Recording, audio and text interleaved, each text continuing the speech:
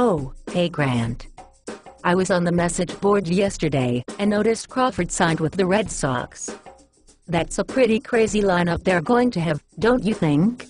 First things first. No one really knows who is in my display picture. It's just kind of always been there, and people have learned to just accept it. Second, good for the Red Sox.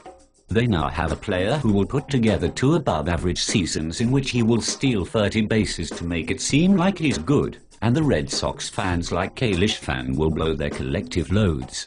By the age of 32 his numbers will go down, but perhaps his power numbers will increase a bit. It will still be nothing Overbay couldn't have produced. I hope you're not buying into the hype. I see what you're saying. Most of the time athletic players go downhill faster than fat or average-bodied players. Adam Dunn should play left field for the White Sox then. Couldn't have said it better myself. No, but seriously. They just got a 5-tool player. He'll be lethal in the number 2 hole.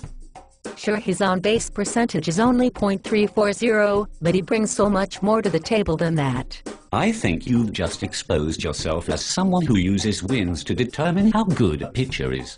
I suppose you feel Pavano of 2004 was one of the true greats of our generation, no?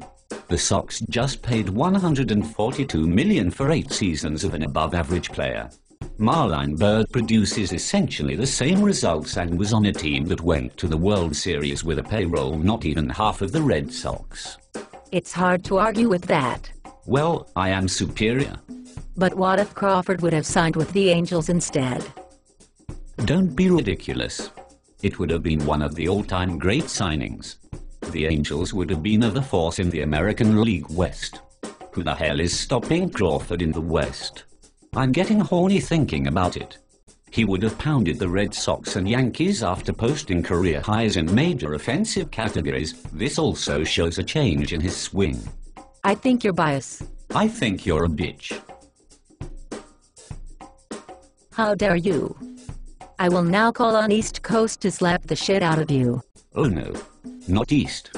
He will shower me with knowledge about minor league players and overrate our own. The bottom line is, I want the Red Sox to board a plane after being swept by us and then crash into the mighty Hudson River. That isn't even possible. I think I'm done here. I've proved my point that the Red Sox are the worst team in baseball. And 2006, a year in which we finished ahead of them, is easily the greatest year of my existence. Brian Talbot was a good pitcher this year. God help me.